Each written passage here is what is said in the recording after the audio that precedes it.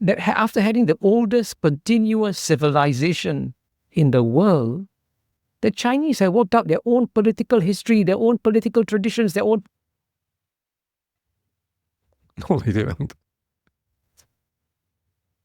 They got it from Marx and the communists, the Russians, the Germans and the Russians. They imported it. For example, Japan, they have Japanese culture. But everything is modern. When Americans invaded them and forced them to open, basically they sent a whole bunch of Japanese to Germany to study in German universities and to study the German political system. And they imported it wholesale into Japan. And so when World War II came around, they were a militaristic state, just like Germany, because they imported the whole culture from Germany. That is not to say that Japanese don't have a culture, their own Japanese culture. Of course they do. But to say that they have worked out their own political system, no, they didn't. They just imported it. And so did the Chinese. They just imported the political system and political culture from different European countries. Professor, distinguished fellow, right, at the University of Singapore. Well, as an ANCAP, I would look at his incentives. What does he see this guy's incentives for saying this? Because there's no truth to any of it. So it's called motivated reasoning, which is what 99% of academia nowadays is. It's basically all these universities are just think tanks, and the question is who's paying them, or what do they have to say in order to stay in their job and to maintain their academic career. And if we're on the right, we need to understand that this guy is just a propagandist. That's what these people are. Political culture. And they know what works for China. And yeah, they know, right? The CCP knows what works. Or how about this? They know what works for them. The CCP knows what works for the CCP. What doesn't work for China? And of course, you see, this is the kind of identification of the regime with the country and with the people. China is the CCP, and CCP is China, right? Germany is the National Socialist Party, and the National Socialist Party is Germany. The Democrats are the democracy. You can really get creative here. I'm not sure whether that's a position that we ought to be adopting on the right. As an ANCAP, I'm not into that. Are right. Ironically enough, people in the West, who, as I said, are confounded by what's happening in China, refuse to accept that basic principle or premise through which to understand the world, namely that people are fundamentally different and that the Chinese are fundamentally different from Western. The Chinese are fundamentally different from Westerners. So for example, here's a question that we might consider, like praxeology, which is the theory of how people make decisions, right? I should maybe make a video because I'm talking about it a lot, but actually, if you were to ask me specifically what praxeology says, but basically a praxeologist says that you can predict things a priori, right? So for example, if you have preferences, then you will go for your highest preference first. That's just logical, a priori. I don't have to check that you're going to go for your highest preference, right? I don't have to study it empirically. So is it that the Chinese are different in that way? Or is it that they have different preferences? So let's say they have different preferences. So let's say maybe they don't prefer freedom. So they have preferences, but they don't prefer to be able to follow their preferences. To say that the Chinese are fundamentally different, it's such an odd statement. Westerners and Westerners are fundamentally different from the Chinese. The same goes for folks in Latin America, for... Yeah, the political system in China is different, let's say. Let's say I buy into that argument. I don't agree. I will explain why. Well, I just did. They imported their political system from Soviet Russia, right? It's basically the Soviet system, but they liberalized, so they tweaked it, and now it's a mixed economy. That's not a fundamental difference from the rest of the world, because most economies are mixed economies. Is it that the particular way that they tweaked it, they don't tax? Like, they don't have a welfare state, but they have low taxes. Okay, yeah. But is that fundamentally different? How fundamental are we talking? Like, can they print money without and expand the money supply without causing inflation? They can misallocate resources without this leading to bank runs. Well, when I was living in China, they were freezing people's bank accounts, and there were runs on banks because of malinvestment and ghost cities. So they're still susceptible to basic fundamental laws of economics, which state that if you have expansionary monetary policies and you have malinvestment and you have all these management, this will lead to economic problems. They're human, okay, they malinvest and print money, and they have inflation. I mean, what is the fundamental difference? I don't understand. People in India, these are radically different peoples that will never accept, full stop, Western style democracy, liberalism, so forth and so on. They will assimilate. Yeah, but even Westerns don't really want to accept democracy. I mean, it's kind of imposed on us, but we never voted on it. Before World War II, most European countries were basically some form of fascism. That includes Poland, Spain, right? If you look at the map, European map, before World War II, it was mostly fascist regimes, right-wing fascist regimes.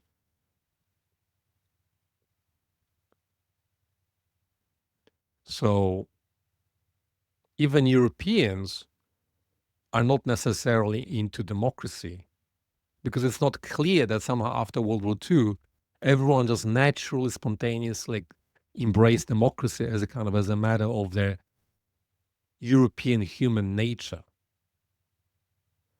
You have to look at history, and then you can make a generalization. What is the natural form of state or government or governance or political organization for that region? And as I said, if you read Hans Hermann Hoppe's Democracy, the God That Failed, he thinks basically that it's not natural for Europeans to be a democracy. And he looks at the history, and then it's only like when you look at the specifics of history over a longer period of time that you might, and then you have to use a praxeological analysis as well. Because, for example, when you look at, say, something like inflation and the amount of gold in coinage, what's that law where when the monarch was minting coins but reducing the amount of gold, then people started using the new coinage, but the old coinage which had more gold disappeared, right? And so that's historical evidence, but you can predict that a priori that people will prefer to keep the coins. Like, let's say you have a dollar, and this dollar has more gold than this dollar, and you can figure it out, then you will use the dollar with less gold when you're doing shopping, right? You will try to keep the coins that have more gold. But there's historical evidence to support that, but you can predict that a priori. You don't need empirical evidence. It just completely based on, just follows logically. Divergent models doesn't mean that they'll reject outright Western concepts. They will simply assimilate those concepts within their own peculiar ways. This is what the Chinese call Chinese characteristics. So we need to be clear. It's what the CCP is saying, Chinese characteristics, right? That's the propaganda. I don't know whether the man in the street in China, they go, yeah, we are Chinese. We don't need to use the word characteristics. We're Chinese, like we look a certain way, We have certain preferences in terms of family organization, right? But if you ask, are you genetically wired for a particular political system? Well, one way to figure it out is to look at all the political systems that have in different, that in Chinese countries. So you have one political system in China, then you have Hong Kong, then you have Taiwan. They're all different political systems. And I would say that Taiwan and Hong Kong worked better than mainland China. Now, saying that, I probably can never get a job in China ever again. So I've basically given up on ever working in China, because there's one thing that I was told as a lecturer in China is never say anything about Hong Kong and Taiwan in particular. I never say that they're not part of China. That is basically verboten.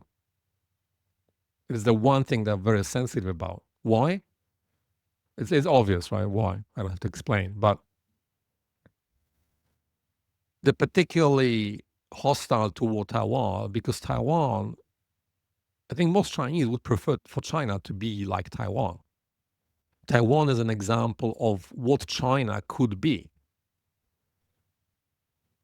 And now the claim is that somehow because CCP talks about Chinese characteristics and identifies them with the CCP, and of course they're completely unbiased, completely objective, this is scientific, that the CCP is the natural state of the Chinese people, whereas Taiwan is completely anathema to the Chinese mind.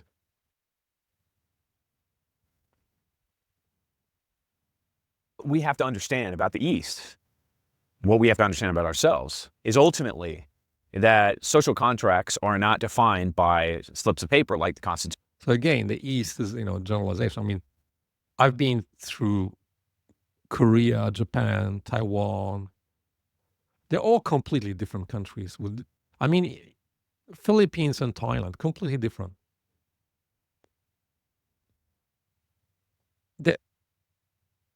There's more homogeneity in South America, Europe, and the US than there is within East and Southeast Asia. You can make more general statement for the particular South America. I think they're fairly homogeneous, except for the difference between Brazil and the Spanish-speaking countries.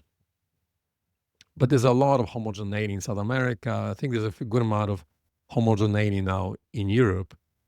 Whereas in Southeast Asia and East Asia, if you go from Japan to the Philippines, you've basically changed continents, like you've just gone to the other side of the world. There's no commonality, but they are virtually next to each other in terms of distance. Or like if you go from Shenzhen to Manila, it's like going from China to Europe, except it's not rich Europe, but the culture is very, European, very, in terms of the way people dress and talk, it's like much more European. You don't feel like you're in Asia. They are an agreement, an unspoken covenant, if you will, between the state, could be the nation state, could be institutions of various forms, and the people. Yeah. This is completely the opposite of what ANCAPs think, because the ANCAP philosophy is that the social contract is a complete status fabrication. It's a myth. It's the ideology. Like this is in Parvini's terms. It's exactly the kind of ideology that is constructed to justify state monopoly. Look, you've signed a contract. It's implicit. You're using the road, so therefore you've agreed. And ANCAPs are saying, no, never signed anything, never agreed to any of it. There's no social contract. It's all BS. So I don't know whether the right really wants to go down this road. That somehow nationalism is social contract. Like I'm Polish, right? I never signed. Then I go back to Poland. I'm like, okay, I might live here. I'm ethnic Polish. I was born here. I have a Polish passport, Polish citizenship. But I look at the Polish government, and I'm like, I don't like these people. I don't agree with them. I want them out of my. I don't want them to be shutting down shops because of COVID. These people, they're Polish, but I have nothing. Don't agree with them. Don't want them. Get away from me. That somehow there's some contract between me and these governments. No, I want them out of my life. I want them to be just dismantled. But I think I'm on the right, and I believe in association of ethnic people.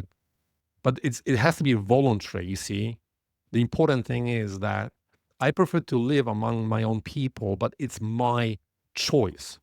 It cannot be that if I want to live among my own people, I now have to agree. I've signed a contract with Donald Tusk and whatever he's doing. I want him to stop doing stuff and just go home and get lost.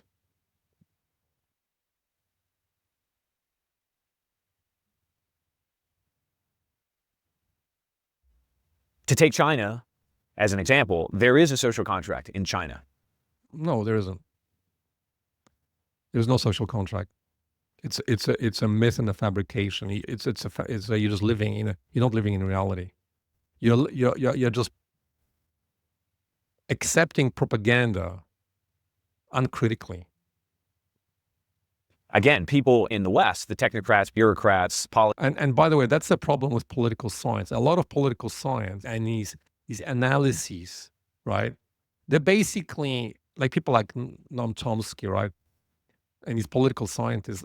Generally, my impression is that their whole career is being in an academic institution as a kind of a statist think tank. And their job is to fabricate these myths, these ideologies like the social contract to justify this or that or the other. And yeah, like Chomsky might be a critic of American foreign policy, but I think that it's actually like 4D chess, because this gives the impression that there is real opposition to the American state.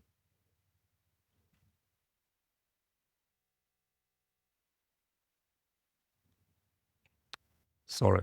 Yeah, no, that there is real opposition to the state, among the academia. It sort of gives American academia some kind of legitimacy, when in reality, there is no real opposition. They know that the system is set up, that they can spout this stuff, and it will give the U.S. soft power that they are allowing Chomsky to speak out. If they crush all this pseudo dissent, they end up losing soft power. They just become completely evil. But because they're allowing these intellectuals to be critics of U.S. foreign policy, so it sort of gives them soft power. But definitely the whole idea of the social contract, there's no contract. I never signed anything. Doesn't exist. policymakers, et cetera, don't understand that because they're looking for some kind of myopic document that instantiates and lays these things out, like the Constitution. But as I said, a social contract is not embedded in a body of text. It's not about a specific set of rules or regulations like the Constitution. It is an unspoken covenant between. No. So the ANCAP position is that there has to be a contract. So, for example, I'm forming like free private cities. So they're building these cities in Central America, places in Europe. And the idea is that there's an actual piece of paper, and this is the contract, and you sign a contract. You see, it has to be the same as when you're buying something. Here's a product, this is what you're buying, and here's the cost. And now you make a decision. You can't have a contract when there was no decision. I've never decided on this. What you're saying is that there's an unspoken decision, an implicit decision. you have to think about how that can work. What examples can you give of people making implicit decisions where it went well? I think implicit decisions means means uninformed decision. Like, for example, men who were surprised that their wives divorced them and they lost all this money, and they go, "How did that happen? I didn't know I was signed up to this. Oh, I never looked into family law and that she can do this to me. I thought that when they say till death do us part, that's a real thing." And now men are catching on. No, it's not a real thing. There is a contract you're signing, and it's really bad. But before that, it was like implicit, like, well, you've signed a contract, and now she gets half of your stuff. Well, I didn't know that. Well, you decided. Really? When? I didn't know. I never read it. Well, you need to read it. If you don't read it, maybe you've made a decision, but it's not likely to be a good decision. The people and the state.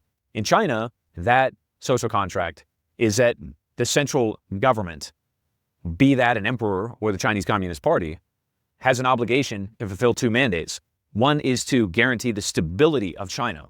So whatever the regime does, it cannot cause chaos, upheaval, revolution, social disruption whatsoever. And if it does those things to a great extent, in such a way that upsets the equilibrium of the Chinese people, it will lose its mandate. The second pillar, the second mandate, if you will, is prosperity. The emperor secures his mandate of heaven by guaranteeing the prosperity. You see, this is the slippage here. He is characterizing the CCP and Xi Jinping as the emperor. Okay. And so the idea is that monarchy is good. And so Hans Hermann Hoppe says that monarchy is preferable to democracy because the emperor owns the country. And so from a praxeological point of view, when you own something, you're going to look after it. Right? So there's a praxeological explanation of why a monarchy is preferable to democracy. Namely, in democracy, you have many people, right? It's not clear who's in charge. They can hide. Actually, academic agent discusses some ancient or historical authors on why these parliaments are such a bad idea. So, for example, there is a different time preference, right? So the monarch can pass on the state to his son, right? So he wants to preserve it. So let's say you have an estate and you want to maintain it and preserve it. You're not going to exploit it. Like, let's say you have a house and you're just renting the house. That's the argument. You're renting the house. You don't own it. So then you're not likely to really take care of the house, because if you use it up and you don't keep it in good condition, it doesn't affect you because you're just going to move out and move to another house. But if it's your house, then you own it and then you're going to look after it, right? Because you want to resell it or you want to pass it on to your children in good condition. And so that's so the incentives and the time preference, I always forget which is high and low time preference. I forget which one was which, but you have a longer term view and you want to maintain and maybe even improve. Whereas if you are like an elected politician, you want to exploit, you have 4 years to basically exploit the place as much as possible, right? There's no incentive on passing on the country in a good condition. And I think that is not the right analogy. And this is, I think, where the problem is with Cameron's reasoning. Because the CCP, first of all, he's not really an emperor or a monarch, right? He's the leader of a party. And the better analogy is like the Godfather, right? And the party is the Mafia. And their job is to basically exploit, like they have these different businesses, and their job is to run protection rackets, you have a nice business over here. Pity if something happened to it, like someone broke the window or something. But if you pay us a certain amount of money, we will protect you from such events, and we will make sure that it doesn't happen. We will provide you with security.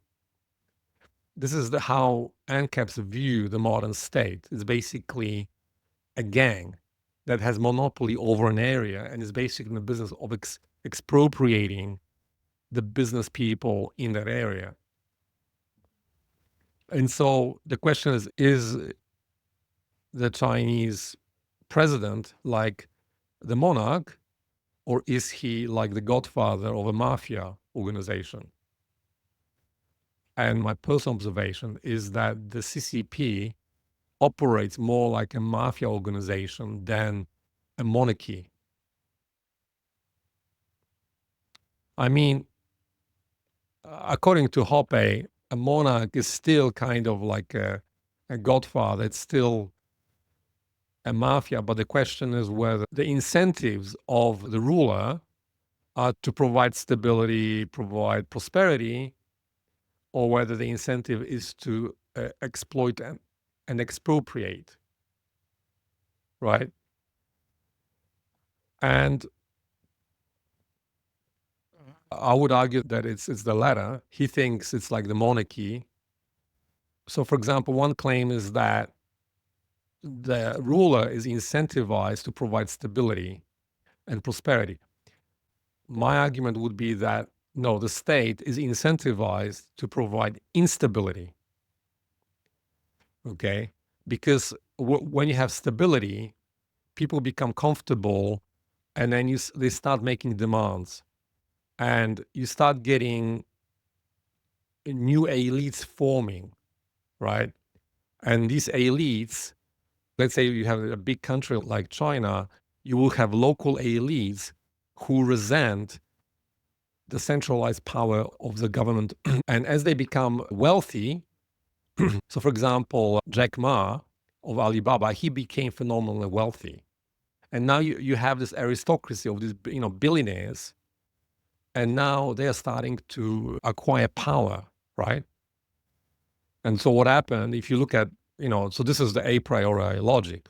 Now, if you look at the history of what happened is around 2017, they started getting rid of these people. They got rid of Jack Ma. They started getting rid of the pop industry because these people became influencers. They started having cultural influence.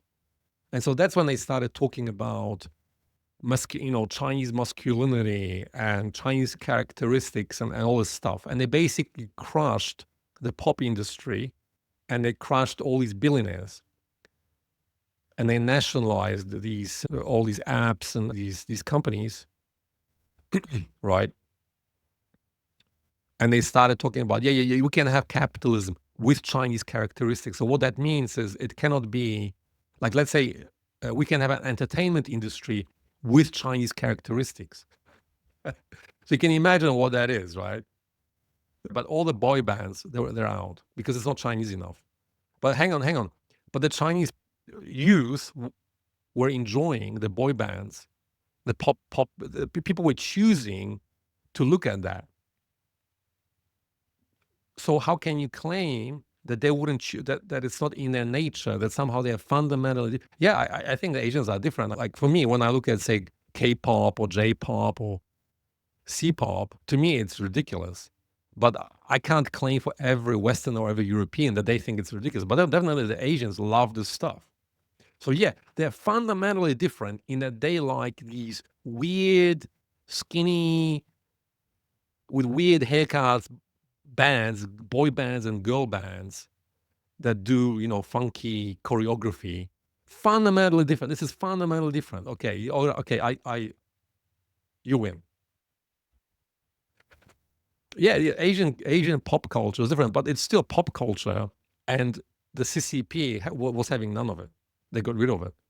So according to their definition, it's not Chinese characteristics. But according to the Chinese youth who were consuming this stuff, it was their Chinese characteristics.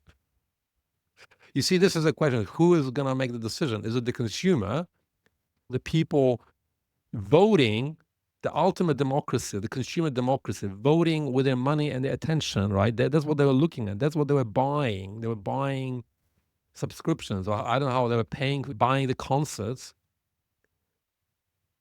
Were they the decision makers, or is it the CCP of his people by improving their standard of living? Right. So this is totally anathema to ANCAP thinking, because this idea, for example, it's a very Chomskyan thing to say that China has lifted millions of people out of poverty, the CCP, the Chinese government. Well, why couldn't they do that in Soviet Russia? No, what they did is they threw all these people into poverty for decades, and they decided, okay, they've suffered enough, they're eating rice. Let's let them have a business. They basically lifted people out of poverty by giving them the freedom to do business. That's all they did. The Chinese party is not capable of producing anything.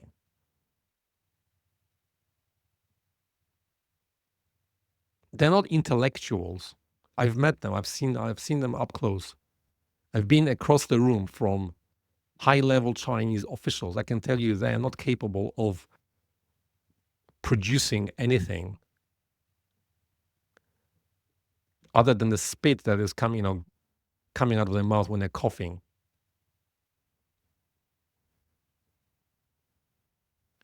The idea that communism and the CCP is capable of providing prosperity is so ludicrous, and it makes no logical sense. And on the right, it should be completely disallowed. And I agree with Hans Hermann Hoppe that in a ANCAP community, which can be a right-wing, completely Christian, ethnocentric, private property is sacrosanct, and any talk of socialism warrants physical removal. And I think MacGregor and Parvini need to meditate on that. It's basically, in my ethnocentric right-wing community, any talk of socialism, instant physical removal. Any talk about the state providing stability or prosperity, you're not fit to live in this community. You're out. I'm going to start Hoppian rants. For some reason I'm thinking chants, rants. Hoppian. I'm going to read Hoppe. I'm going to just go on a Hoppe binge. Because I actually did that. I went to this libertarian party in here, and they had a meeting. And to me, it was just obvious they're not libertarians. They're just a bunch of finance people who want to build high rises. And just went on a rant, because you could introduce yourself. It was like in a pub. I think that is my future, Hoppian rants.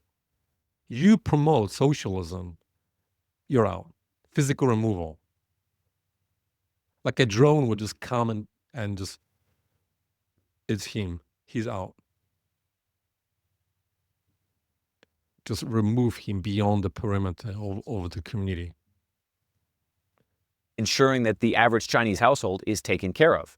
Now, again, these things are not written down per se. There's no contract that drives this, but there can't be a contract because the Chinese government is incapable of producing anything.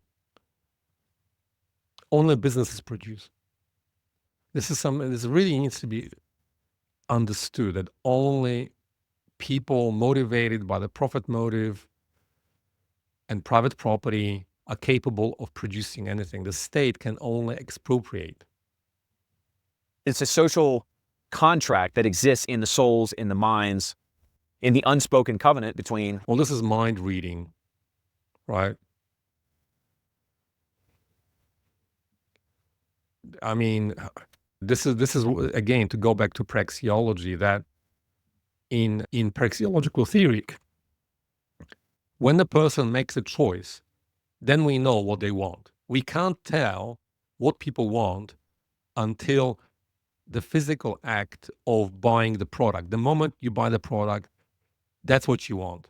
I have no idea what you want, but I can't read your mind. There's no mask can't implant stuff into my brain to read my mind about what it is that I want, right? So, for example, here's a choice. You give someone, like, okay, you have a choice. You're in China. You can stay in China or move to Taiwan. And let's say everything else is equal. Like you can do the same job. There's no like, you're not gonna be discriminated against, because Taiwanese don't really like mainland Chinese. But let's say, assuming that you have a job offer, two job offers, one in Beijing and one in Taipei, and there is everything else is kind of the same, other than you'll be either living mainland China or under the glorious leader in Beijing, or you'll be living in the crappy democracy of Taiwan. Which one you're gonna take? And you could go around China, and maybe you could do some kind of like an actual questionnaire or test. You could do empirical study of that. That would be more legitimate, more objective than just speculating about what the Chinese want.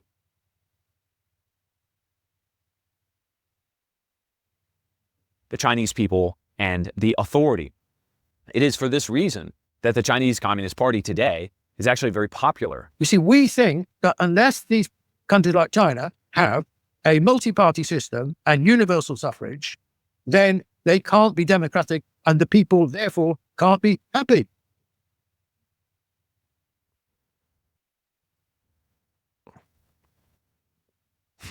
Like this guy even looks like a communist. Like he dresses like a communist, and his head is like a communist. He's got the whole commie persona. Okay, let's just go. The authority. It is for this reason that the Chinese Communist Party today is actually very popular. It is for this reason. Let's say, what is the Chinese household is taken care of. So the Chinese households are taken care of, and therefore Chinese households are taken care of. How are they taken care of? I don't even understand how they're taken care of. Like I remember under COVID, they were being taken care of by being like welded in their buildings. I guess they were very well taken care of. Have you seen? I think people need to go to China and like go around the cities and how the place looks. I mean, the new stuff kind of looks okay, but the thing is, the construction within a few years, it just looks old. Like within 5 years, all in construction, all the buildings and street, everything looks 50 years old. Like it just starts falling apart almost instantly after it's been built. Like potholes and like my school, I thought it was built like in the 70s, but they told me that it was built like in 2010 or something.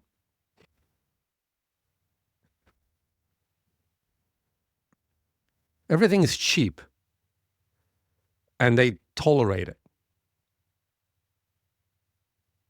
So because they tolerate it, like they don't mind living in cheap apartments, cheap quarters, cheap construction, eating low quality food, but they have food and they have a place to live. Well, that's very common. That sounds very communist to me. It's a very communist mindset. I don't know whether you're kind of aware of it, how communistic that sounds. I mean, I might not love American capitalism, right? But this idea that you have essential needs and that the state can provide them. Now, again, these things are not written down per se. There's no contract that drives this, but it's a social contract that exists in the souls, in the minds, in the unspoken covenant between. Right, so there's an unspoken covenant between the Communist Party and the Chinese that they will provide them with essential, like a cheap apartment, cheap food, like literally rice and soggy vegetables and overcooked pork. I love it. And literally, even if you have money in China, it's impossible to find like the best food often is just McDonald's because it has like beef. Other than that, it's all noodles, rice, soggy vegetables, overcooked bits of meat every day.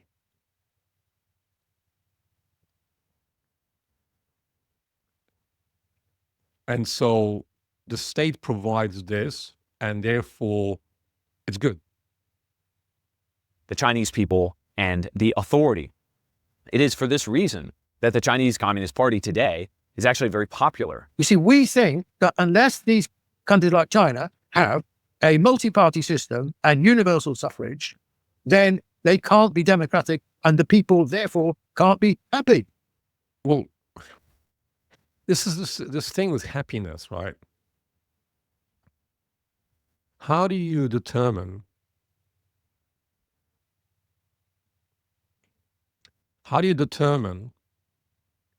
happiness?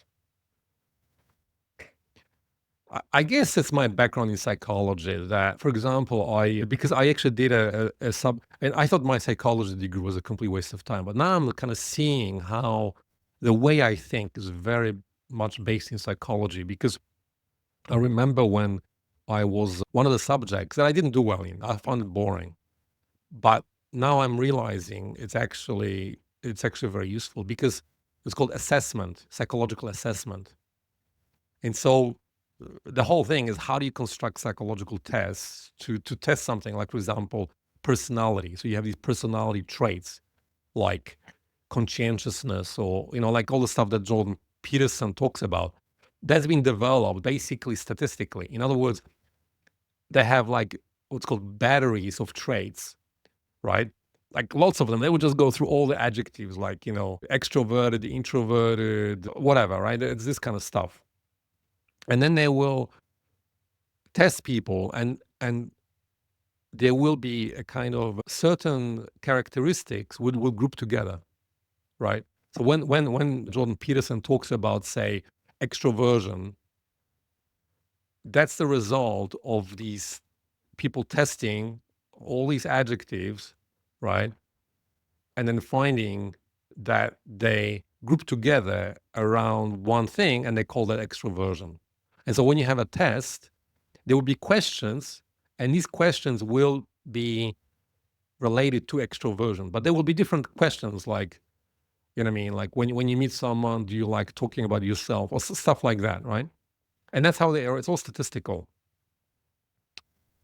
And definitely happiness is something that psychologists want to test, right? And and I'm sure that there are tests on happiness, but I mean,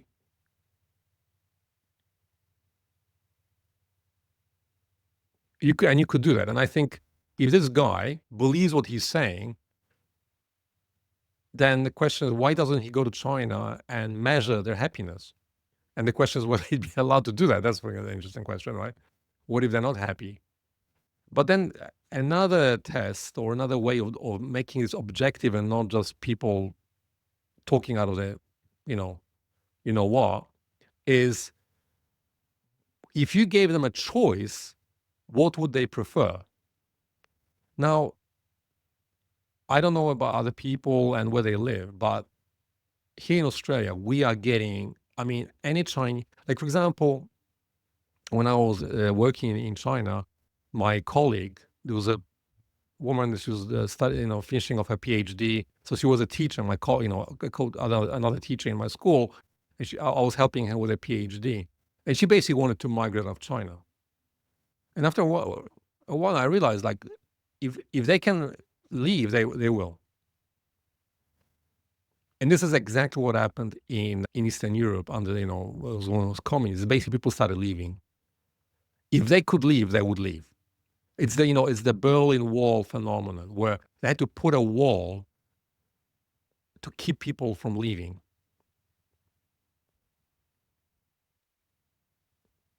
And I think that's the way to approach it, is to see if the Chinese could leave China, would they? And then the thing is, if they would, then why would they?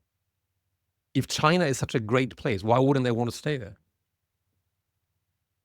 And I'm not saying that it's only the Chinese. I think Koreans also want to leave Korea, and that Korea is democratic. But I find that Koreans generally, a lot of them want to leave Korea. They don't really like it. But then Taiwanese, for example, are generally happy in Taiwan, and the Japanese seem to be happy in Japan, generally speaking. So you don't have these people wanting to leave those countries. But that's a way to approach it, rather than just saying, well, they can't be happy. Well, how do you know? I'm sorry, just open your eyes. I mean, they are very happy with the country. They are very.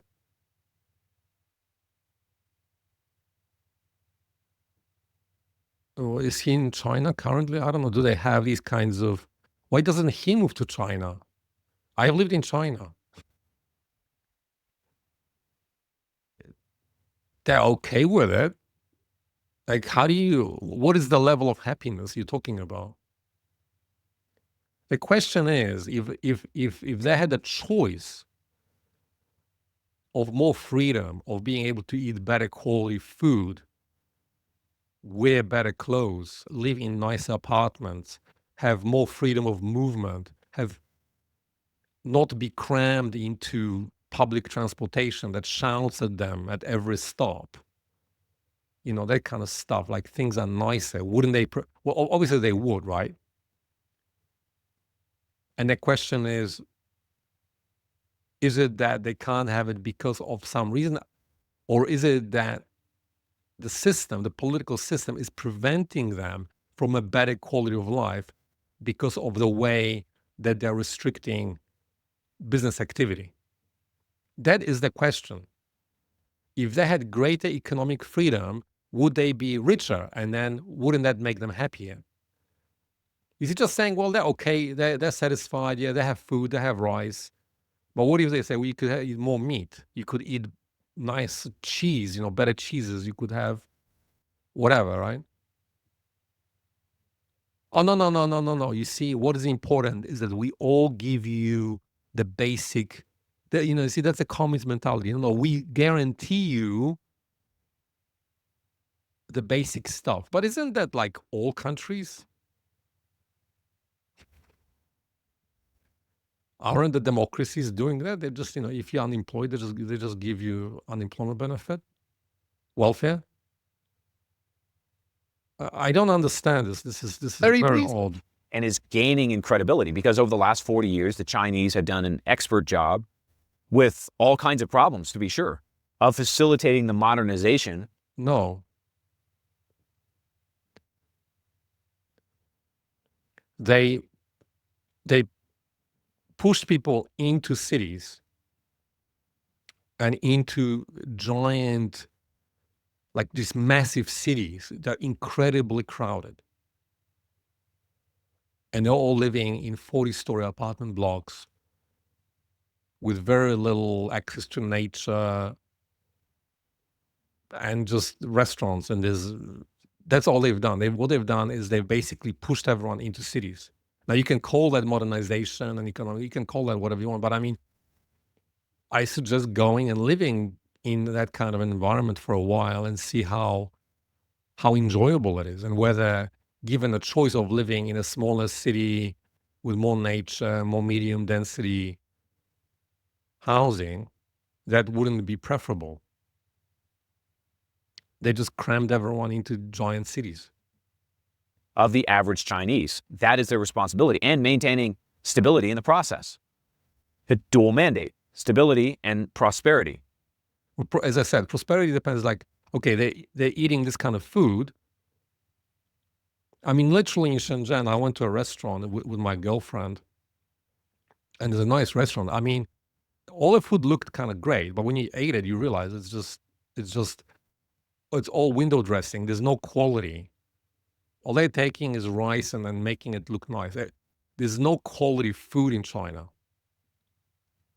No quality meat, no quality cheese, like substantial food. It's all rice and vegetables and a kind of very... And you're paying a lot of money in some upmarket restaurant, you realize it's all for the visuals. And that's representative of China. The analogy is the Potemkin village, right? In Russia, right, they had these villages. And that's basically China. Any expat who lives in China, I'm sure will tell you that it's all a Potemkin village. So it's all for the visuals. But when you're there, you realize everything, it's all crap.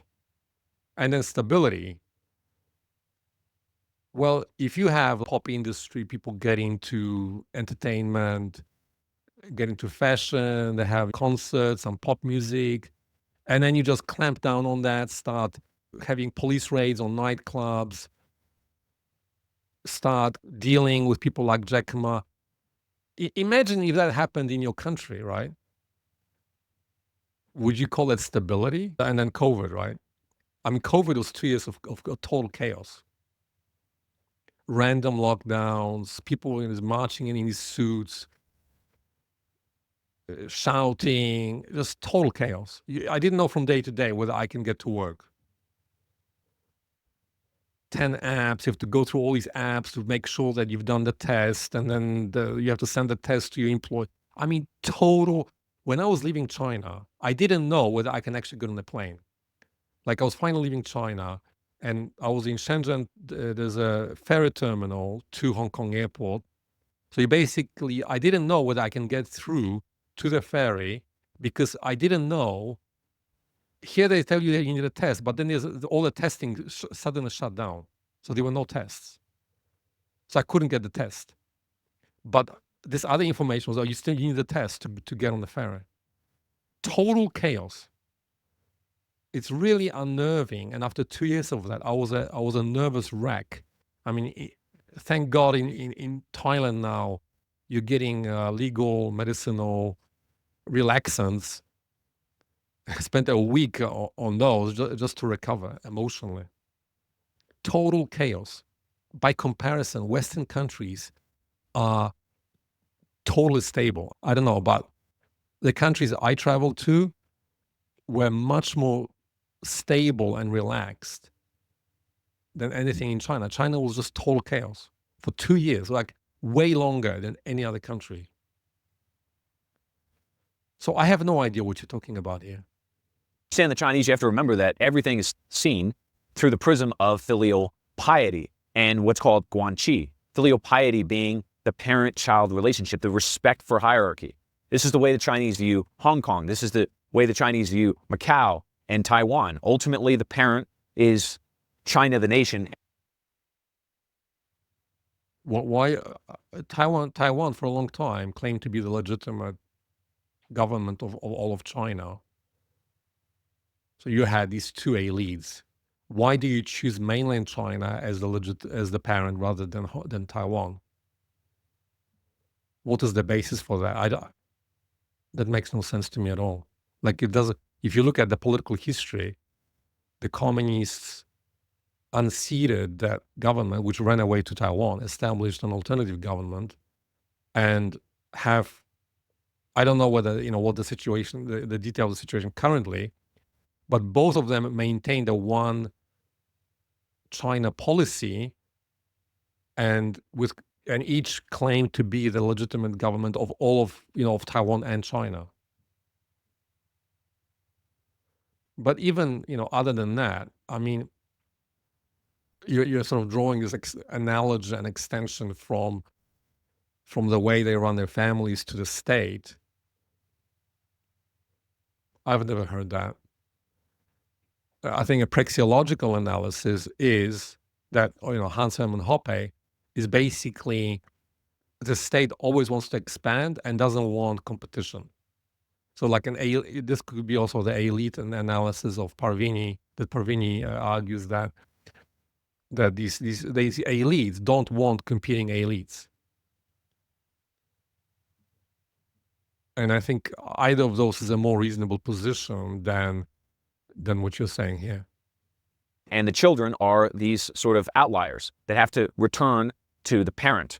And in fact, economically, both Taiwan and Hong Kong are in a way more powerful than China, because China is big and powerful. But the thing is, because it's so big and clunky, right? Like in aggregate, you could say it's more powerful. but it has to kind of maintain this massive population. So on a per capita basis, it's actually weaker, and its industries are more fragile, I think.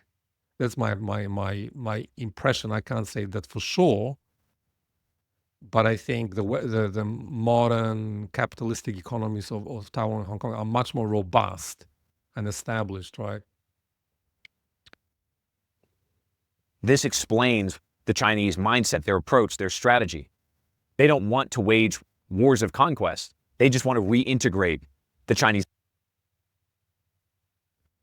When you look at, so again, you have the praxeological a priori view, how states behave, right? What are their interests? What are their incentives?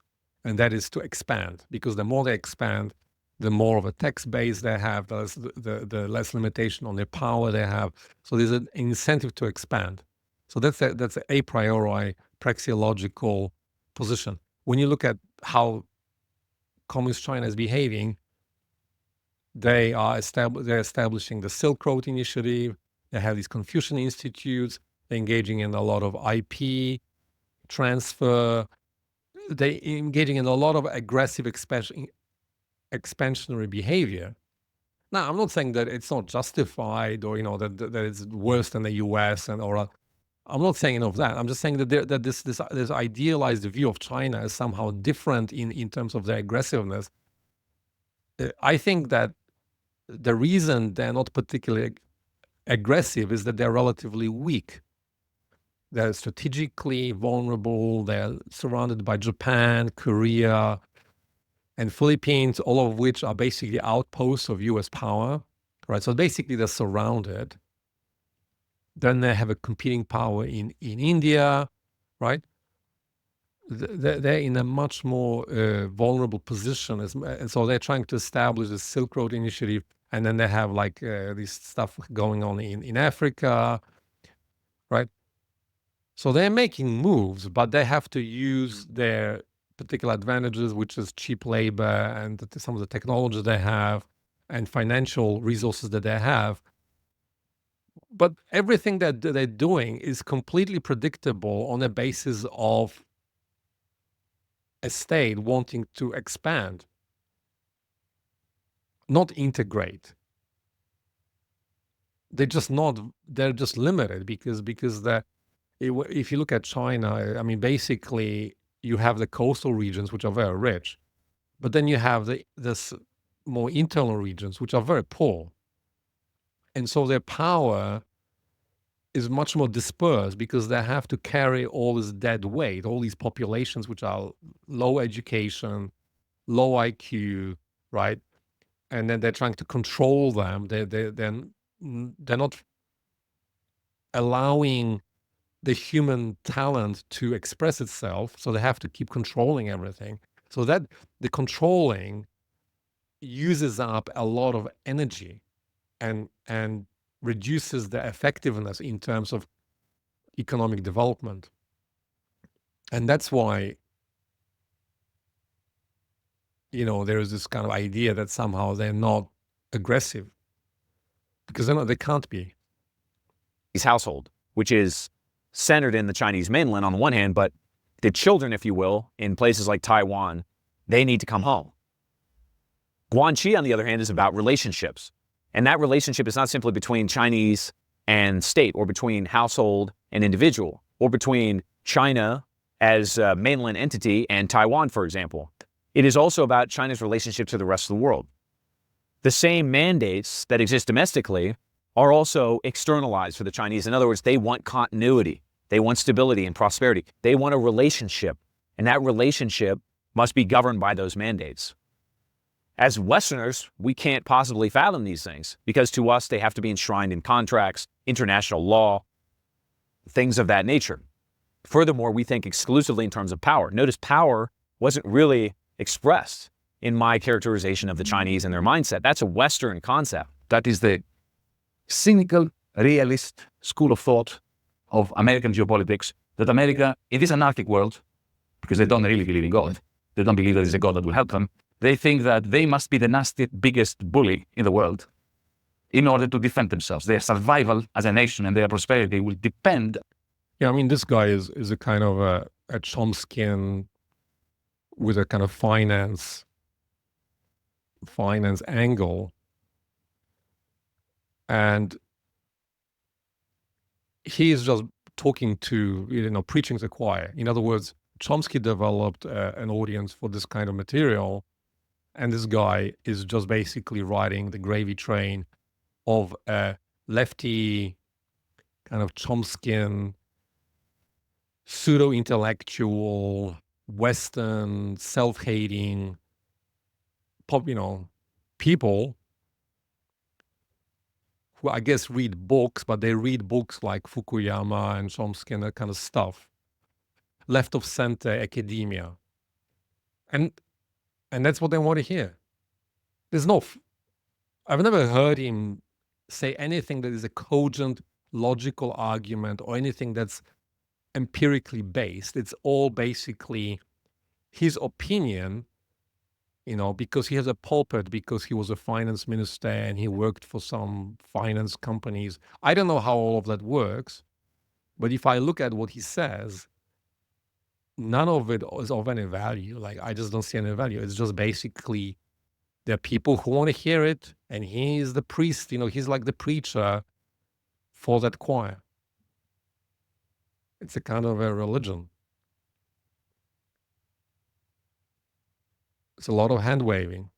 Must be the nastiest, biggest bully in the world. Who is they? The American government, okay. The Congress, any specific, what's his name, Graham? The neocons, okay. He's reading their mind. Okay, let's see, what is he reading in their mind? He's basically figured out, he's done the brain scan of, what's that senator's name? Graham. He scanned his brain, and here's what he's reading. In order to defend themselves. Their survival as a nation and their prosperity will depend on their capacity to bully everybody else. Their survival depends on the capacity to bully everybody else. Well, yeah, I mean, what's that professor's name in California? So there's this deterrence policy. So yeah, there is this. I think that's a real thing, that that there's a school of thought that if you want to prevent war and people attacking you, you've got to be like a big bully. Like, you've got to, like Trump, when Trump sent some rockets to Syria to show that he's tough. Now, is that a false belief? From a praxeological point of view, seems reasonable enough. Yeah, you want to show that you're willing to act. That seems to work. Putin seems to respect that. And then, yeah, historically, if you look at it, yeah, he seems that when Trump was in office and playing the big bully, people were more, restrained and whereas under Biden, everything is going to shit. So both from an a priori praxeological and a posteriori empirical point of view, it doesn't seem like an unreasonable position.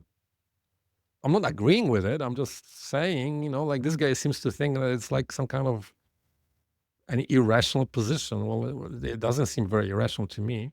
And from preventing anyone who's getting too big for their boots to become an equally sized bully. Yeah, and Parvini says that basically that's how elites think. That is just how they act.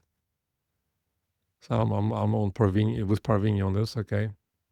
They will say to you that they were bullies around the world, like, for instance, Imperial Japan, Imperial Germany, the Soviet Union, and what the United States have succeeded in doing is effectively eliminating them, annihilating them, getting them out of the way. And that now China is rising, China is next. And therefore that explains the New Cold War. We transfer, if you will, our China is next, them, annihilating them, getting them out of the way. And that now China is rising politics, that America, in this cynical, realist. In my characterization of the Chinese and their mindset, that's a Western concept. That is the cynical, realist. So I lost track of who's arguing what, but from a praxeological point of view, that is a reasonable policy if you're the state. It doesn't mean that that is right or desirable. It's just how states act, and there's historical evidence for that. And you know, the problem with Hitler was not, you know, that he was an evil man. The problem was that he was threatening to become too strong, to make Germany powerful, and Germany had to be cut down to size. And now China is in a similar position, and so yeah, I mean, okay, whatever. I mean, that's all well and good. Why are we talking about it? Other parts of the world, intellectually, imperialistically, economically, and otherwise, onto the Chinese. But that's not their motivation at all. For them, the sun rises and sets in China. No, They that's just nonsense. You have no, you're reading their mind, and I just pointed out to you the Silk Road Initiative. I mean, just everything they do, this idea that they are like, first of all, China is heavily dependent on world trade. If world trade stops, they're done. And what's happened is that they want a domestic economy, like they want a consumer economy, because they want to be less dependent on the global trade. But I don't think they're making way in a direction. Like the Chinese, they are not consuming. And part of it is that when consumer society was emerging, the CCP crushed it. So the problem with the CCP is that they want contradictory things. They want a local domestic consumer market, so they're not so dependent on the global market. But when it starts emerging, they crush it because it's starting to create demand. When people become wealthier and start consuming, they start wanting, this is the thing. The reality is, as people get richer, they start demanding more freedom. Like, for example, one thing I noticed when I started traveling is there were Chinese people traveling a lot. How do you think that the CCP felt about all these Chinese going to Europe, going to South America, going to all these places, and coming back to China and going, why does China look so crap compared to everything else? It's really obvious when you came back to China. I mean, I was in China because I was earning good money, but I did not enjoy being in China because everything is just such low quality compared to everything else. You go to any other country, even in Thailand, which is not rich, food is better, you know, things are better.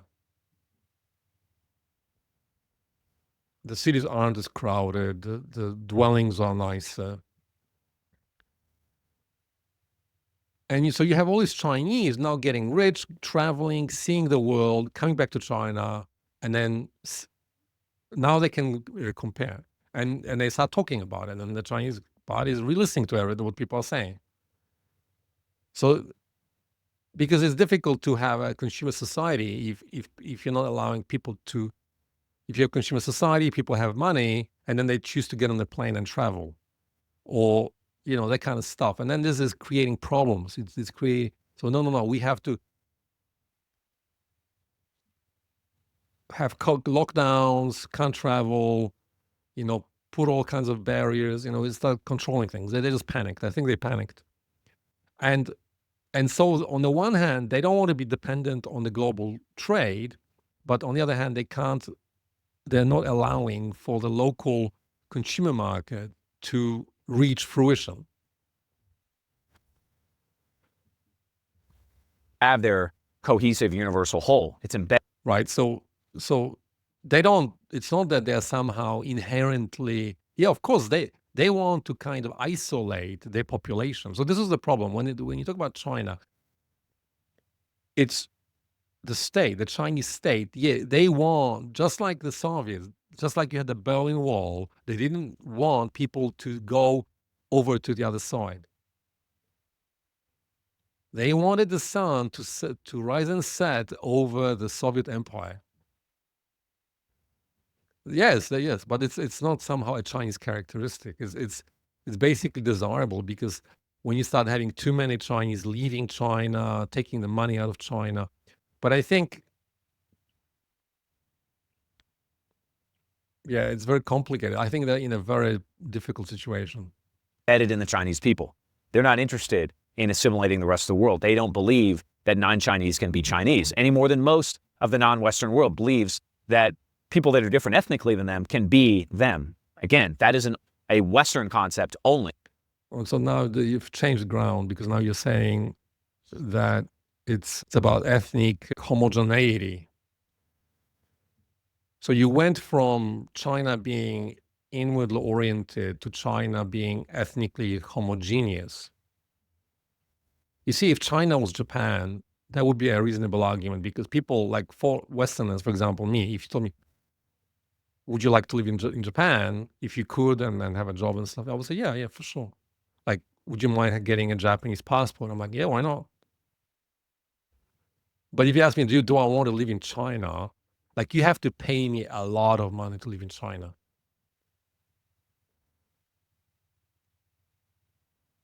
Or I would have to have like really good reason to go back there. And obviously the fact that I'm making this video suggests that I'm not interested. And they're not interested in me either. But I don't think people really want to move to China. Maybe they think it's a good idea, they go there. But there's some people who, yeah, the situation in China is better than, say, in Europe, but it's only on economic grounds. It's not because they love the culture and the food and stuff. I mean, What's the point of all this? Well, we are going into a new world order. And this new world order, as it stands today, is going to be radically different, an inversion of what we've got today. The days of globalization, of Western hegemony, economically, politically, intellectually, etc., are over. no, I disagree. Well, first of all, the New World Order is a loaded term, so let's do some analysis. So the New World Order is something that some people want. They want this controlled. It's not what you're describing. It's from other videos when they talk about the New World Order. What they mean is exporting the Chinese system to the rest of the world. So taking the model of China, where everything, like literally in my school, for students to enter the campus was all face recognition. Like, and it was so inverted because on the one hand, the equipment, audiovisual equipment in my classroom was really crap and really old and decrepit and falling apart. You know what I mean? Like I would plug in my laptop and the sound was off, or this and the other, was all just crap. But they were investing all this money into facial recognition, all this control stuff, all these QR codes, and just all the investment was control. And that's the New World Order. And China is a kind of a lab on this stuff. And that's the understanding of New World Order. It's not what you're describing, but I think it's the opposite. I think it's the West, in particular the white population of the West, that is like people, for example, who are going around vandalizing cameras in the UK. I think those people are really on the front lines because it's showing how white people feel. No one would do that in China because there would be a risk of their life. There would be, there would not be a good situation for them. This can only be done in the West. And so these kinds of people, these kinds of, anarchists, I guess, they're showing that, or the farmers with tractors demonstrating in Brussels and in these cities. These are the people that are showing that this kind of Chinese New World Order is not gonna fly.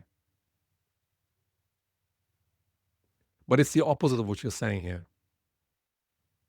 The world is, in effect, reverting back to what it has been historically, a multipolar world driven by divergent evolution with co-evolution and adaptive systems that... No, China doesn't want a multipolar world. They are totally on board with this globalism. But what they want is they want to sort of hermetically seal the population from getting information, getting entertainment, getting from the rest of the world, and they want to impose this Chinese culture that they've basically constructed, just like Hitler constructed the German culture or the Soviets constructed the proletarian culture. It's kind of artificial astroturf. It's all astroturf. This is the key. It's all astroturf idea. But then they want these people to work in a factory so that they can manufacture stuff for the global market. Okay. And then they're more than happy if in Europe and in the US, those governments clamp down on their populations and start building 15-minute cities, and the Chinese will build the facial recognition devices and export them to all over the place so that those other governments can basically do what China is doing. They're not interested in divergent evolution. They're interested in global techno dystopia. They'd be just, and COVID has completely shown that, because they're participating and basically maxing out. You see, I was following the whole thing from the beginning because I was in Brazil and I was watching all the propaganda was coming out of China. And so I was following it, in particular, looking at what China is doing, because my job was in China. And then I was stuck outside of China, and I went back to China. I had to spend 2 weeks in basically imprisonment in a hotel. And I saw how they did the whole thing. And how is techno-totalitarianism a Chinese characteristic? Well, you can say that if you want. Yeah, they're following. They're walking around with their masks on. Okay, they were conforming, but to sort of stamp that on their forehead as their characteristic, I think is it's kind of racist. Look radically different than one another. This sort of top-down globalist vision of enforced homogeneity, according to... That's exactly what they want. Enforced top-down homogeneity. They're communists. That's what communists want. Newsflash, communists, homogeneity. It's a marriage made in heaven. the liberal democratic paradigm, the progressive... Well, the liberal democratic paradigm, what is it, that World Forum, Schwab, is he the liberal?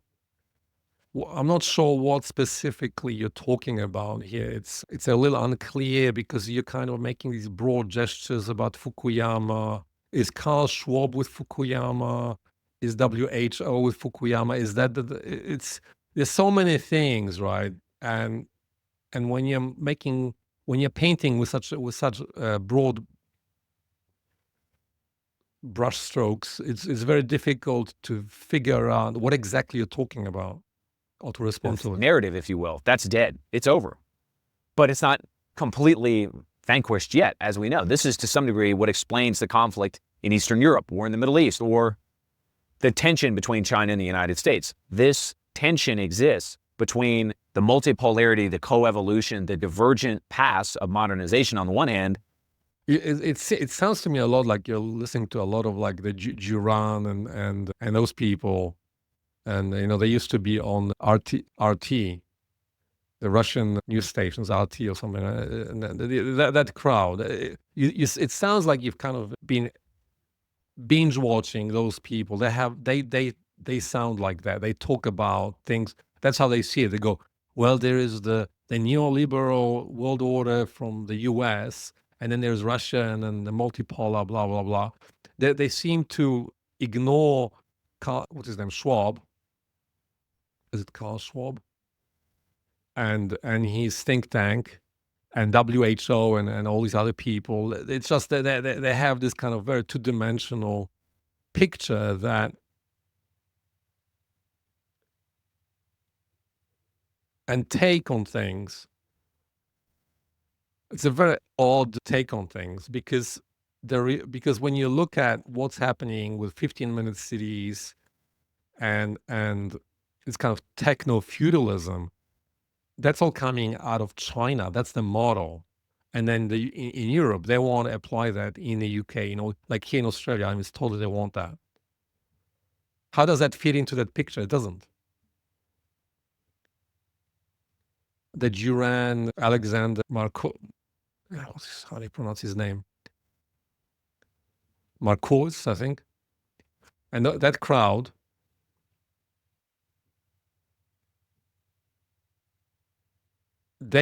all they see is the US fighting Russia and the BRICS and multipolar world versus the US and the neoliberals. And yeah, look, I'm not saying that that's completely wrong, but it's kind of like a very myopic, narrow perspective that is kind of colorblind, or what's what I'm thinking. I'm not sure how to put it, but it's unable to see how what China is doing is extremely globalist and homogeneous. That basically it's very happy dealing with very kind of controlling totalitarians, leftist states, like Lula in Brazil. And if you ask me which one do I prefer, Lula in Brazil or Milei in Argentina, I'll go for Milei in Argentina. And the Washington Consensus, the neoliberal order on the other. These two ideas talk completely. This neoliberal consensus, and it's just a particular group of people who want to fight wars. It fails to address the issue of surveillance, of 15-minute cities. That stuff that China is promoting is basically more than happy if these other, you know what I mean? What they want. I'm not sure whether it's what they want, but they're a model. They're kind of like a laboratory for this totality. And I guess you have to, if you haven't been to China, you don't see it. You see all the marketing, the cities. What you don't see is the amount of surveillance and control at every step.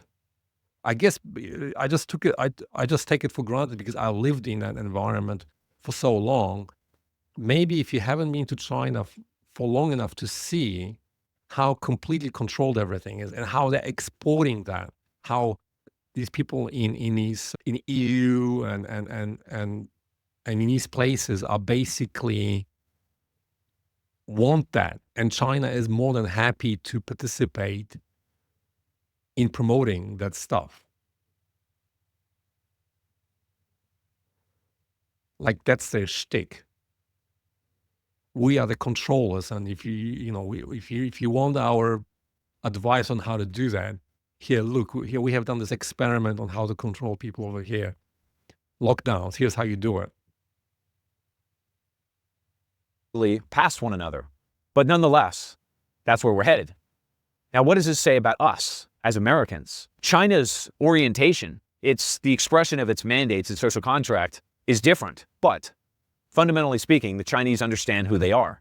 Remember that Samuel Huntington said that national interests come from national identity. This is why China is advancing in the world and other powers in the East, because the concept of who they are is very clear.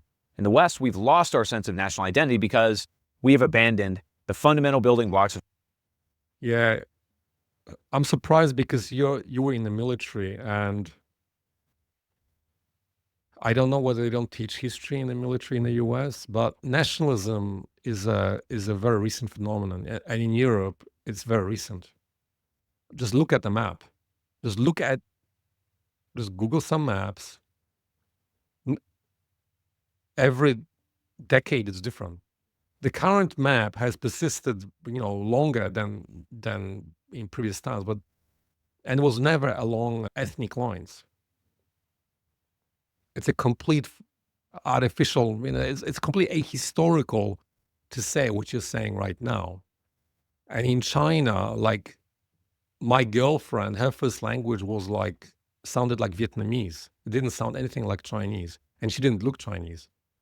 But they have to say that they're Chinese and they have to speak Mandarin. But that's all imposed. It's not voluntary.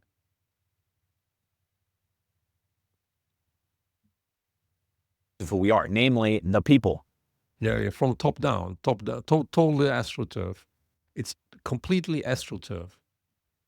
If China is Han Chinese, and it is. No, China, well, it's dominated by Han Chinese, but go to Guangzhou or Hong Kong, they don't even speak Mandarin, a lot of them.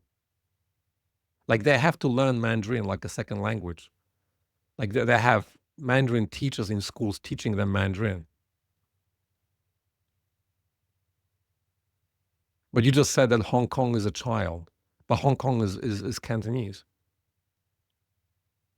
You see, none of it makes any logical sense. What is America? America is a Celtic nation, founded, built, etc., by Anglo-Protestants who essentially assimilated non-Anglos into that paradigm. America is a Celtic nation at its core.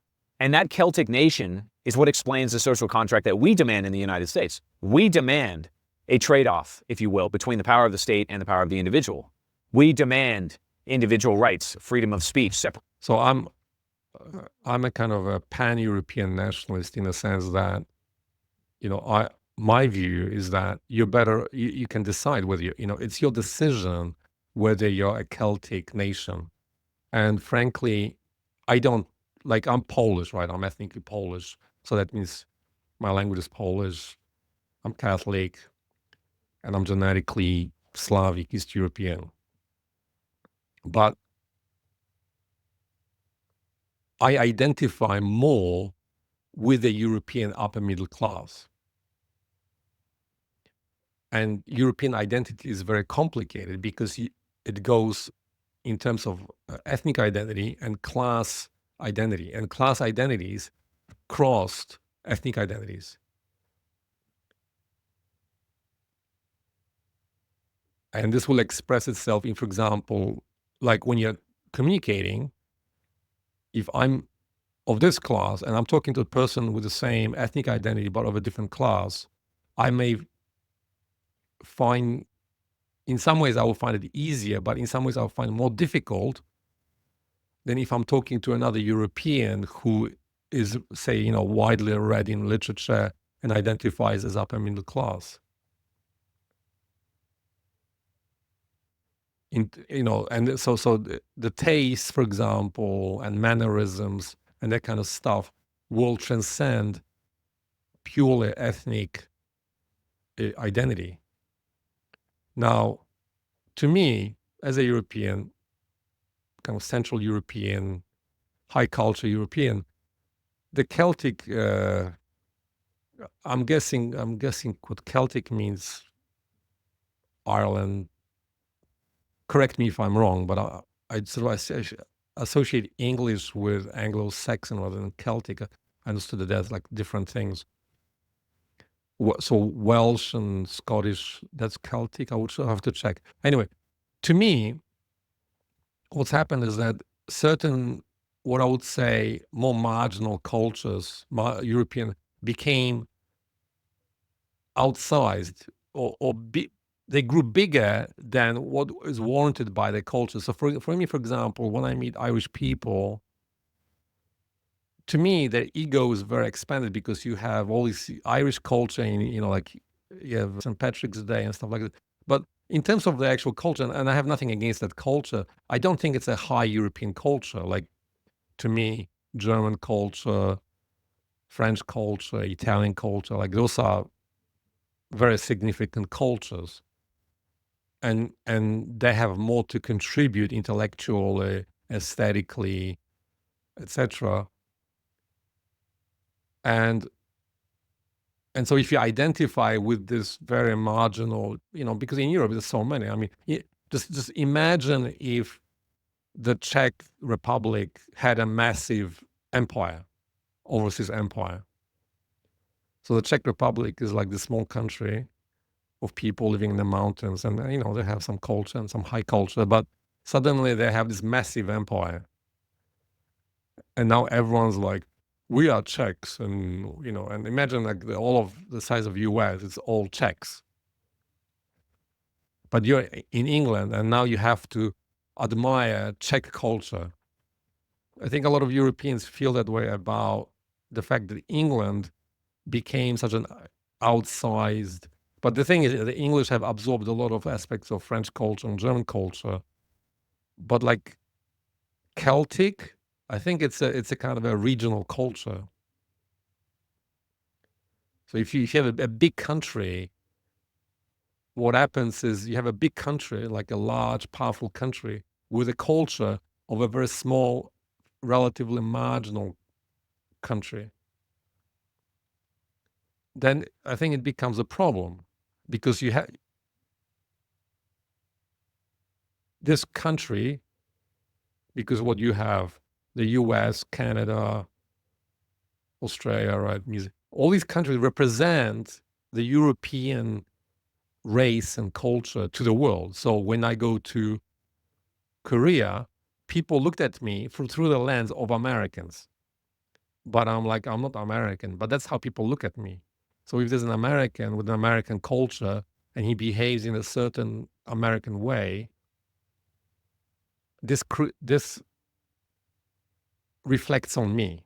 But I don't really identify with that aspect of American culture. So when you construct, my point is, when you construct a national identity, I mean, when you look, for example, at European architecture in China, like in Shanghai or Guangzhou, and it was English and Germans and Portuguese, buildings, right? So here you have kind of European high culture expressed in architecture. Okay. That's what we want. We don't want the fiddle and St. Patty's Day and that kind of folk culture. We don't really want folk culture as the representation of Europe. I think for local European consumption, like when you're in Ireland, that's great. But when you have this kind of global presence, what you need is the high culture, like the best of Europe. And you probably want some combination of English, French, German, Spanish, Italian. You want the best stuff. You don't want to assimilate the Germans and the Poles and the Italians to Celtic culture, right? Or at least, when I was growing up in Australia, I was watching, I was more attracted to British programs with, good English, high English, right? And then I find the kind of Irish exuberance excessive. I don't like it. Because I don't think that is any more reasonable than, say, the Poles are now saying, well, you all have to eat sausage, Polish kielbasy and pierogi and assimilate to us. It's a regional sort of stuff, you know what I mean? You can't build a national identity that is inclusive and interesting and big enough, right? So you've got to distinguish in Europe from the big high culture from the regional culture, right? You have a lot of regional cultures in Europe, and they're great, and they should be preserved.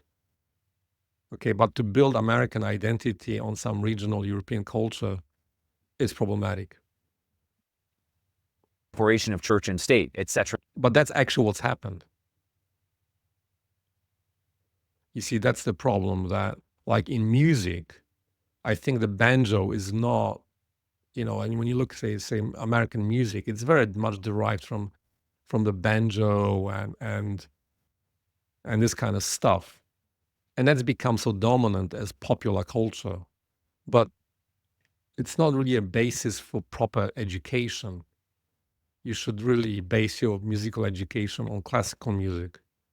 So I'm elitist. I'm culturally elitist culture, and I think that regional cultures like bluegrass and all that, that's all great, but it cannot be a basis for. You need a national high culture, and it cannot be based on bluegrass music or the blues or stuff like that. And I recently, Parvini was talking. I got into the Italian guy. What's his name? And he was saying that he thinks that America is too influenced by the blues. And I'm interested in that line of argument. You really need a high culture that's based on an actual proper high culture. And whether you get it from Germany or Italy or France, you go crazy. But I don't think it can be St. Patrick's Day or bluegrass music. That's regional culture. It cannot be really a basis for like a national thing. etc. These are principles that are strongly embedded in the Celtic psyche of the United States. It's why individual rights, freedom of speech, separation of church and state, etc., etc. We demand a trade-off, if you will, between the power of the state and the power of the individual. We demand individual rights, freedom of speech, separation of church and state. Right. So the freedom, I think it's not, as I said, I think it's just an a priori thing. I think the opposite of that is illogical.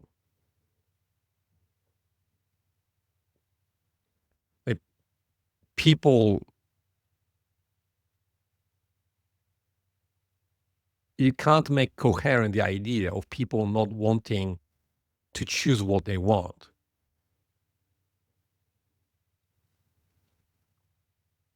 That people would choose to be oppressed. That is just a logical impossibility. I have to think about that, but it just seems to me nonsensical. And then what's the other one? Individual.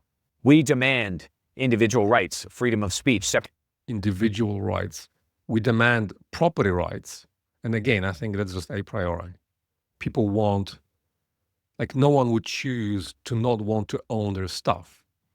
I mean, okay, if you're a Buddhist monk or something, or a Catholic monk, all right. So there are these kinds of exceptions where people, but the thing is they want to be part of a community and they still want to own that community. Like, there is still ownership in some way.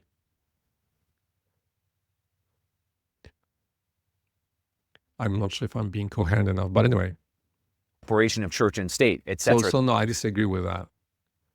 The separation of church and state, to me, is completely a communist idea. It's basically a psyop, and I mean, in the U.S., when they were, as far as I understand, in the U.S., there was a problem of Protestant sects, right, where they were persecuted in England by the king.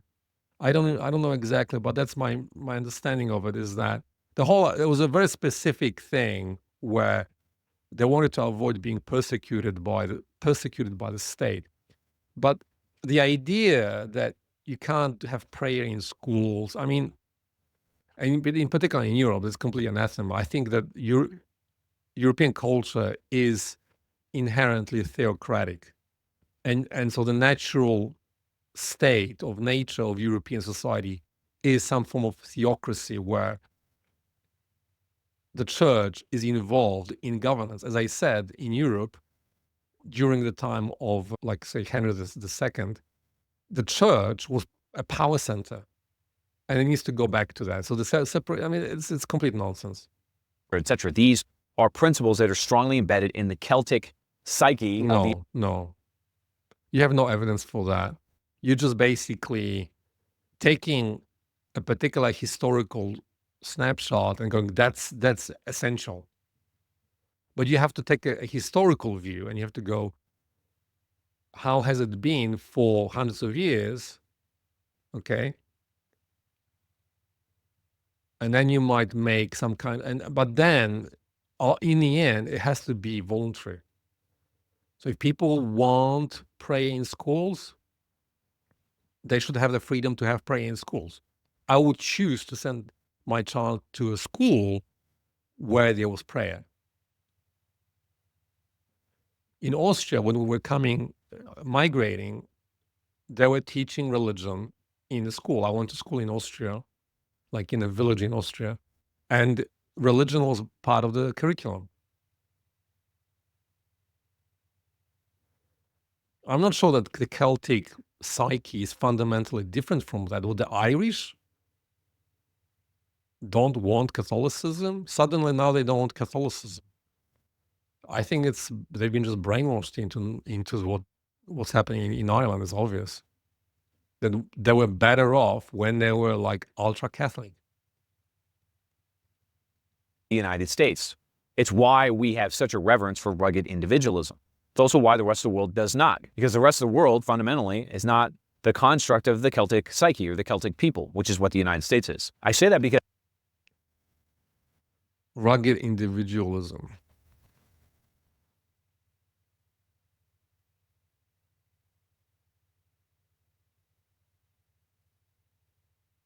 I've worked with Americans. I'm struggling to think of any of them as ruggedly individualistic. So maybe, yeah, in the movies they seem to be ruggedly individualistic, but I find them ruggedly communistic a lot. I think the American mindset now, at least, and here in Australia as well. I mean, supposedly the Australians, the larrikin, billabong, but when you meet them in person, they're completely brainwashed into socialism. They're more socialistic than in Europe, than Europeans, or at least the same.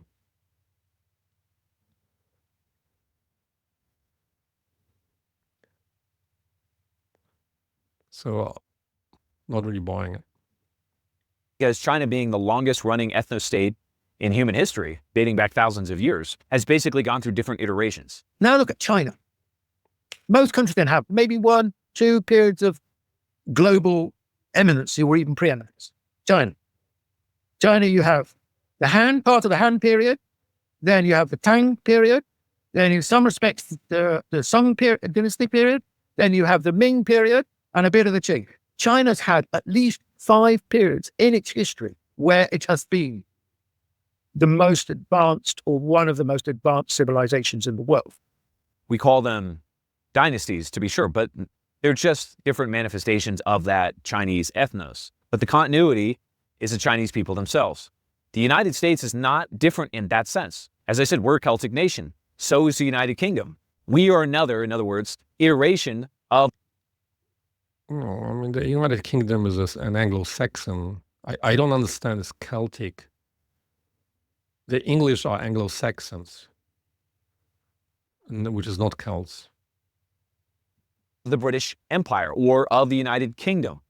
And many of the principles that govern who we are come from the wellspring of that European civilization. So seen from that vantage point, we're actually very similar to these powers rising in the East. We've just forgotten ourselves. We have succumbed to this intellectual narcissism. And of course, we know that it's been imposed upon us to a large extent by a globalist elite intent on destroying us, replacing us demographically and otherwise.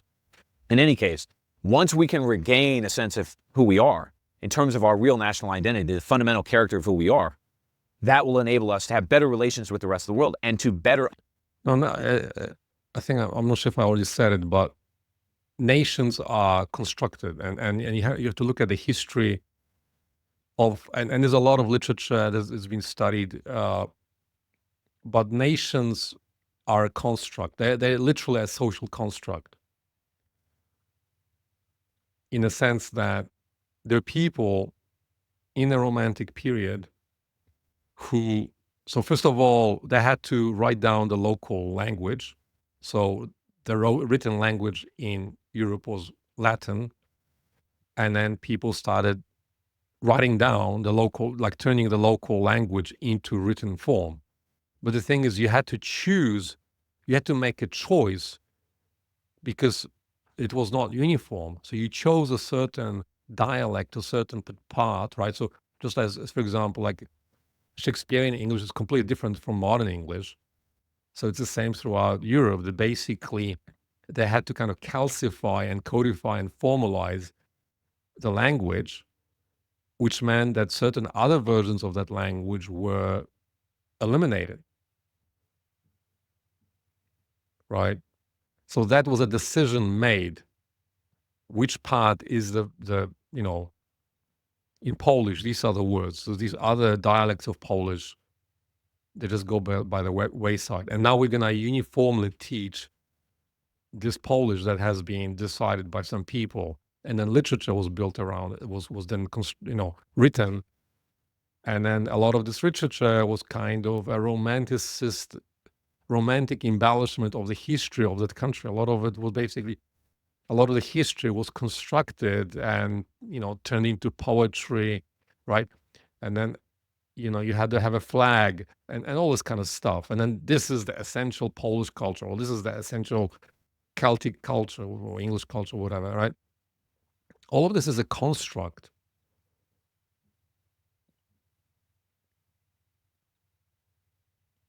It doesn't mean that all these people agreed or, but eventually basically became uniform. Or even if you look at the map of Poland today, most of Poland was in a different place, even before World War II.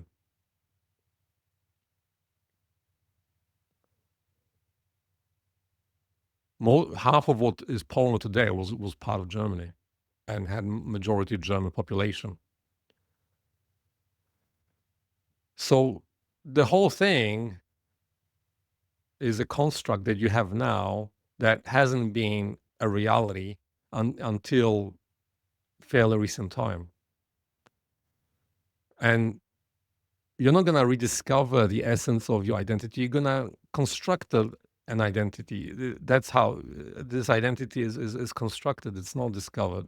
Maybe you could say that it's discovered, but to me, it's a construct. And my suggestion is that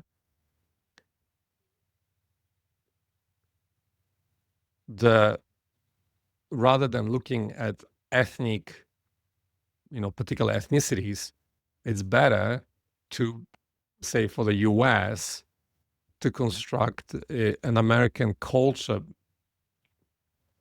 based on European high culture.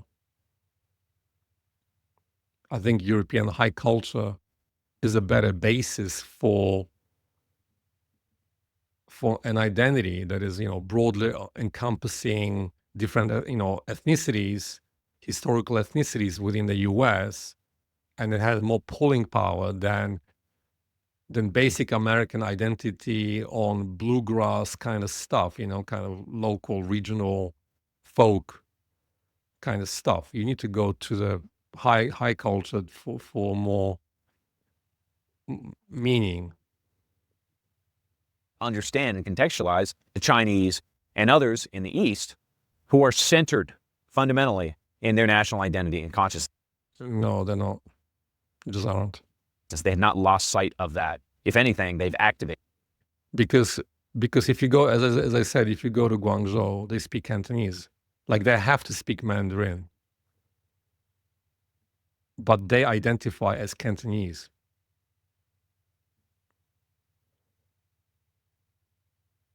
Right? So imagine, say, in the US, you have a lot of Mexicans and they speak Spanish, but they have to speak English.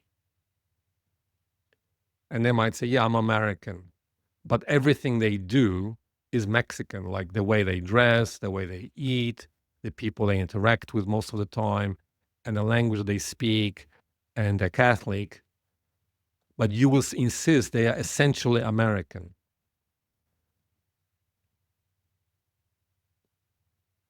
You know what I mean? Like, what's the basis for that?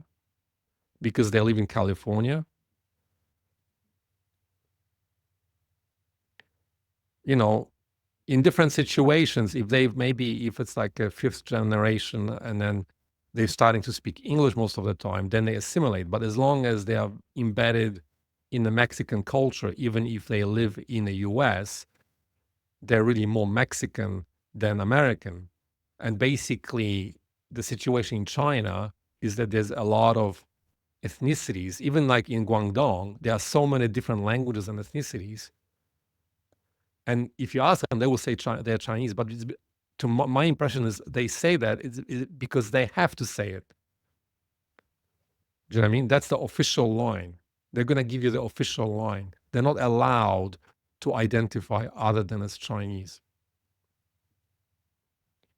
So it's not voluntary. It is. This one before? The dynamic between these two things, the neoliberal order, the decline of the Washington consensus, and the rise of this multipolarity, this co-evolution, this divergence of economic modernization and national consciousness is happening in the East, is going to play itself out this decade, and it's going to prevail. The multipolarity is going to win out. Yeah, okay, so I'm going to finish there. So you're just sounding like Alexander Marcus and the RT crowd. It's that kind of line. I disagree with it because my position, other than being a ANCAP libertarian, is kind of a technological determinism, in the sense that I think technology has its kind of own logic. Okay, like technology, it can't really be controlled. Like no one decided on the internet. Like they've decided some things, but no one really decided how it's going to develop and evolve. Like you couldn't predict, for example, that you would get Facebook and then you would get Twitter. Like if you try to predict what the internet will look like in 2030, I don't think you can do it. Right? There's no, I mean, Bitcoin, like who knows where that's going to go. You can have like an educated guess, right? But there's no, so when I say that it's the technological determinism, what I mean is that technology determines itself.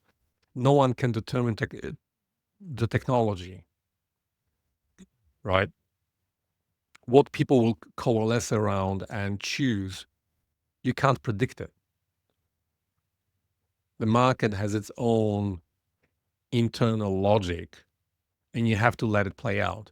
And the problem is China, or not China, the CCP doesn't want to let things play out. They want control. And that only means that they will be left behind. They will stagnate. They're stagnating. And yeah, they have the manufacturing, but basically all they can do is copy, do technology transfer, that kind of stuff. And eventually people decide, well, look, we're not going to accept that. And so because they can't produce the technology internally, they will be squeezed in terms of technology transfer from the West. Because the West is liberal, that is precisely what you need for the technology to expand to its full potential. So for example, I'm using AI, ChatGPT, all the time now. I doubt that you can use it in China. I seriously doubt that you can use it. And that's gonna set China really very far back, because people use it and then it grows and so you have exponential growth of AI. And the Chinese system is just not set up to participate in that. They want control. They're investing all their resources in facial recognition so they can control people. That is their shtick. And I think that's a losing strategy. So all the people who are, into BRICS, Alexander Marcus and crowd, and then this Yanis guy, they just don't like the US, and I don't like the US either, but that's a completely separate point, right? US bombing people and doing all this is a completely separate thing from the technologies. And China is into, drones,